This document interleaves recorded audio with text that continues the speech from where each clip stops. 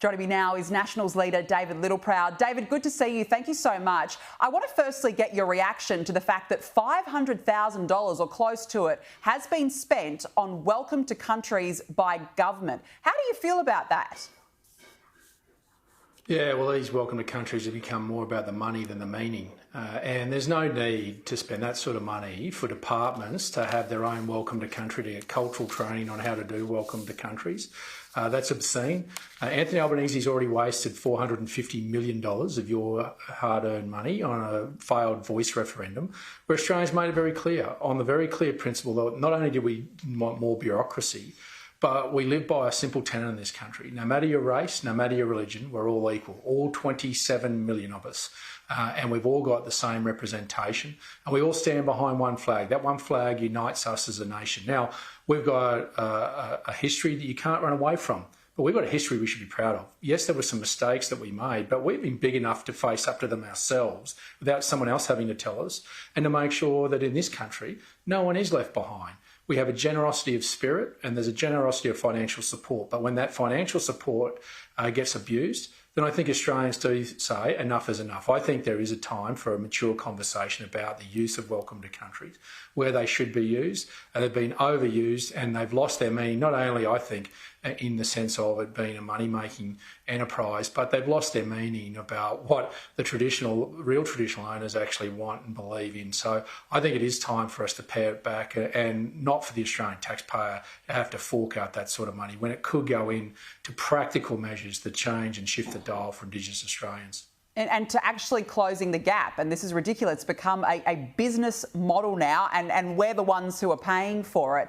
Now, look, let's talk about the election. Listening to Anthony Albanese today, I felt like he's really running out of material. He fired the unofficial starting gun on the 2025 election campaign, launching a 3-state blitz to start the new year. He's splashing cash in Queensland for a road project. He's then going to travel to the Northern Territory and to WA.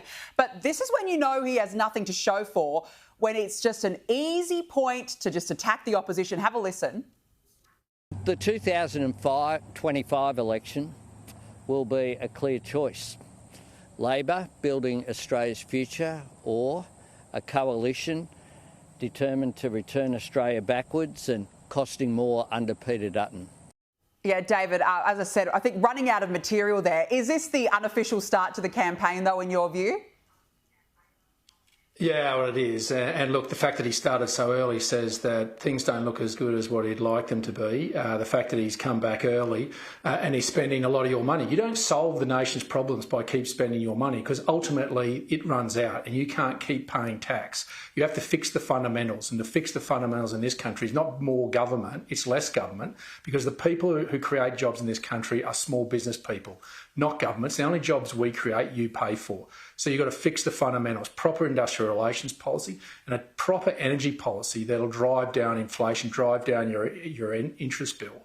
And that's about having a mix, not an all renewables approach. That's the common sense solution, the strong leadership that Peter Dutton and I'll bring as a coalition if we're given the opportunity to lead. And that'll start the very first day. We'll get on with the job. We won't have this reckless spending, and we'll fix the fundamentals by pulling the policy levers on energy and on immigration. We'll determine who comes to this country, the skills they have and where we want them to live. If we've got a housing crisis, we might start to think about bringing some sparkies, some plumbers and some tilers, rather than dog groomers and martial arts instructors and brothel managers. So we're just going to bring some common sense. And when you see today splashing $7 billion on the Bruce Highway, just put this into perspective how desperate he's become and how lack of vision he has had, is that he ripped $488 million out of the Bruce Highway funding when he got into power. That was over nearly $109 million that would have been spent on upgrading the Bruce Highway since he came to power. Now he's, for some reason, had an epiphany. While over that period, in the last year alone, sadly, there's been over 40 lives lost on the Bruce Highway, that now he decides in some moment of desperation he's going to go back to an 80-20 split that he took away from the funding of that. I mean, this guy is bereft of ideas. He's desperate and delusional, and unfortunately Australians have paid the bill.